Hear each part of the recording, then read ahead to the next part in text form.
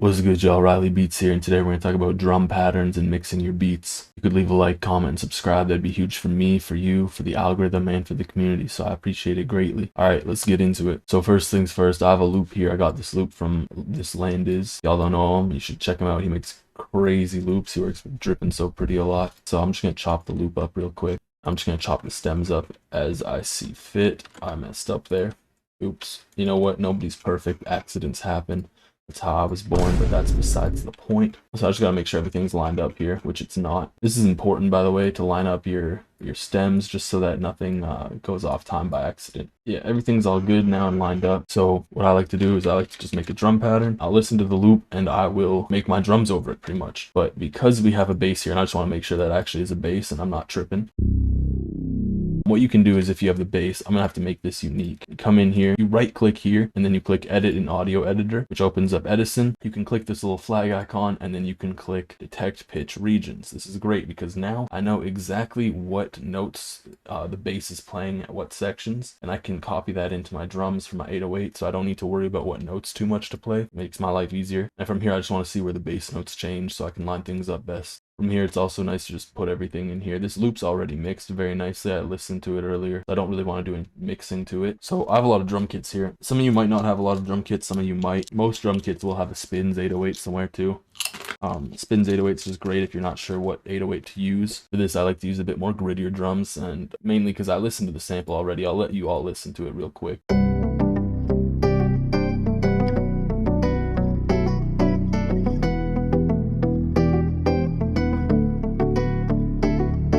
By grittier drums, I do mean just kind of backier sounding drums overall. Like, for example, you'll see what I mean when I'm talking about the hi-hat. Something you can do if you feel like your hi-hat's too long is just come into here and then drag the out knob down. Pretty much just shortens the length of the sample. I feel like my hi-hat's just a little too high pitched, so I'm going to bring it down. While I'm going through my drum sounds, I do like to think about what I'd use as an accent snare, what I'd use as my actual snare or clap.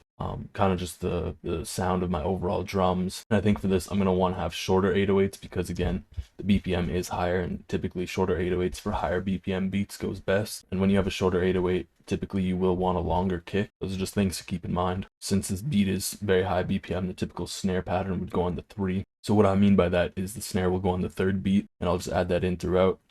I did add a snare to layer, and here's how this sounds with just this snare.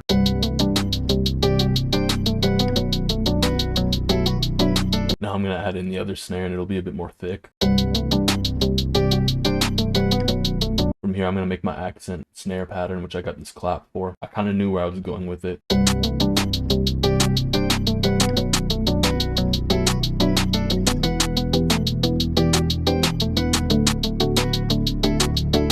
This is a good time to mention this. Usually add my mastering chain on here first, just because I don't like the whole thing clipping. So I do have a preset, and I'll show you guys the preset. I got it from my boy Tors, so shout out to Tors. He's on the parametric EQ, just a little boost to the high end, so 1.5, small boost up here, 1.5 decibels, small boost at 93 hertz, 2.6 decibels, and small boost down here, 0.7 decibels. So nothing too crazy, just small boosts overall. And then the soft clipper, you can copy these settings, and after that it's still going to clip, but that's okay. And as mentioned, I am going for a bit grittier drums. Nick Mira drums have great gritty sounds. I'm going for mostly Nick Mira drums here. I'm going to shorten the 808 here, and I'm going to boost it a bit so it's a bit louder. It's always important to make sure your 808's in key. So go in here and just go back to Edison. So right click, edit in audio editor, click this little flag, and then click detect pitch region. You can see what pitch the 808 is. So this is C, so it is tuned to C already. But if you don't know how to tune it, go into the little wrench tool here and then just right click one of these, and it'll set the note to being that note automatically. So I have it tuned to C. While we're here as well, you want to press cut self so the 808 doesn't overlap. It's also a good thing to bring your 808 velocity up. It'll just hit harder.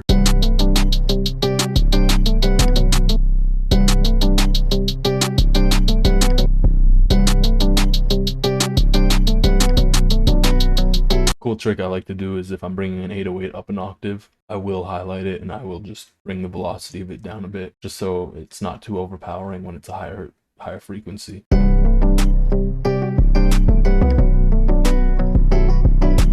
Typically I mix my beats as I go along, so I'm noticing the sample's a bit too loud. Typically the 808 should be the loudest thing in your mix, so I'm going to bring down the sample, because as you can see here, it's pretty loud on its own. So I'm going to bring that down a good bit. It's important to note you don't want to mix to a certain decibel level. You want to mix with your ears and not your eyes. So now I can hear that with the 808 and make sure everything sounds good.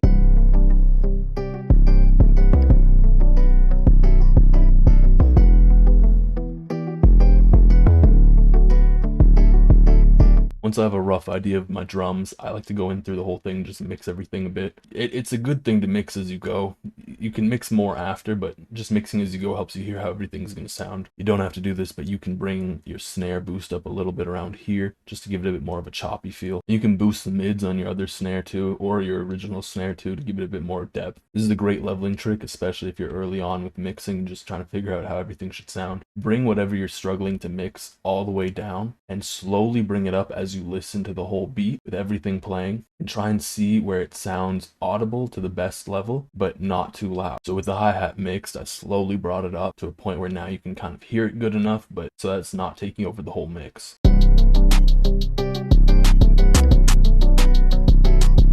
When you're mixing your drums too, your 808 and kick should probably be the loudest drums. Your clap or snare, typically what's on the 3, that should be the next highest thing, and then the rest is more in the back, and it's a bit more preference too at that point. If you like your hi-hats loud, you can have them loud. If you like your accent snare loud, you can have that loud. And behind all of that, usually you'll want an open hat to sit behind that in the mix. For your kick, you can have it on every note that your 808 plays. You can have it on notes that your 808 doesn't play. If you want to add a bit more bounce, I do recommend you put it on notes that the 808 doesn't play as well.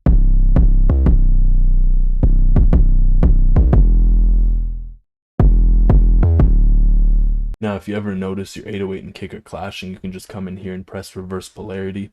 What this will do is it'll flip the phase of the kick so that the 808 and the kick phasing will line up a bit better and they won't clash. Something else you can do is EQ slotting. I did do a video on this. Still, I'll cover it again real quick. What you want to do is you want to find where you want your kick to hit more, typically in the lower end, because that is where your 808 and kick will clash a bit.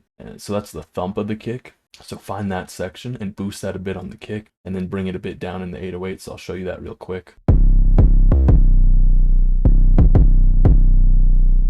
So here I brought up 143 hertz on the kick. I'm going to bring that down on the 808. And usually you don't want to do that by too much, only about 2 decibels at most. And something I like to do on my 808s is boost the low mids a little bit, just to give them a bit more higher range. Perks are another great way you can add a bit more bounce. So I'm going to add in a few perks here. Nothing too crazy, just 1 every 4 bars or 1 every 8 bars. Just again, nothing too crazy. Again, perks are something that you should feel more than hear, so you're going to want to turn that down a fair bit. I know oftentimes I'll say don't sidechain your kick in 808, but I'll never say don't sidechain your kick in bass. It can free up some space in that low end. So what you can do to sidechain is just go over to your kick, right click this little arrow here, and the little menu will pop up. You want to click sidechain to this track. I'll bring up this, and this will start the sidechain basically. In your bass, you'll want to go over here and open up a limiter. I have a sidechain preset that I just use, and I'll show you the settings. So I'm just going to open that up. So these are my settings. So just go into the compressor, bring the threshold down. This is a bit more to preference, but I bring it down to negative 7.9 decibels. Bring the knee all the way up and bring the ratio all the way up. And then for the envelope, these are my settings here. So I have the attack at 0. I have the release at 18.4 milliseconds and the sustain at 1 millisecond. And you want to make sure that this lines up with the track you're sidechaining. So I'm sidechaining my kick. You can see the 808 ducks just a little bit behind the kick. This is more just some extra hi-hat sauce, but something I like to do with my hi-hats is go over to Looperator, and I like to throw in some Looperator presets on them. You might see a lot of people doing that. My homie Troy Vicious has some great Looperator presets, and I can link those in the description for y'all. The homie has some crazy Looperator sauce. I haven't even gone through all of it. These are just for hi-hats, called hi-hat sauce, so we're just going to listen to them. I don't even know what some of them sound like.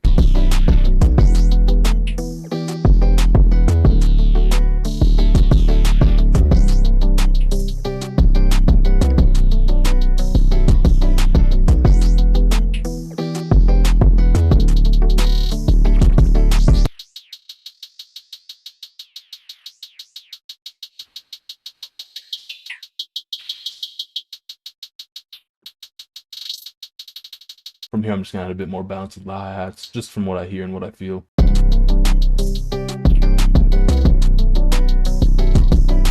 Some more hi-hat sauce I like to use is I like to go in and press Alt-R. I like to pan them a tiny bit, not too much to the point where it's extremely noticeable, but just a tiny bit. And I like to mess with the velocity knob a tiny bit too, so there's a bit more velocity modulation going on there. Something else I like to do with my hi-hats is I like to put on a Ruby phaser, and I just turn down the mix knob, so nothing too crazy with that. Now that the beat's arranged, I'm just gonna listen through real quick and hear what I can turn up, turn down, and kind of where I want everything to go. A lot of the time people will ask me how I get my mixes to sound loud. Just mix loud. As you can tell, everything is clipping. I just have everything pretty loud relatively, so that's kind of how you get your mixes to come out louder in general. Once you're happy with how everything sounds, you're done. That's the mix. It's pretty simple. All you need to do is just maybe a bit of EQ here and there where you need it, and just leveling all around. As long as you level your mix, and you can just throw a soft clipper on the master. It doesn't even have to be what I showed you. It's all down to preference. You can use a limiter to do the same thing, but again, it just comes down to leveling and clipping at the end. Remember, just trust your ears and follow through with that. By the way, if you watch this part, if you could leave a like, comment, subscribe, that'd be huge again. Thank you, I appreciate it. And here's the full thing.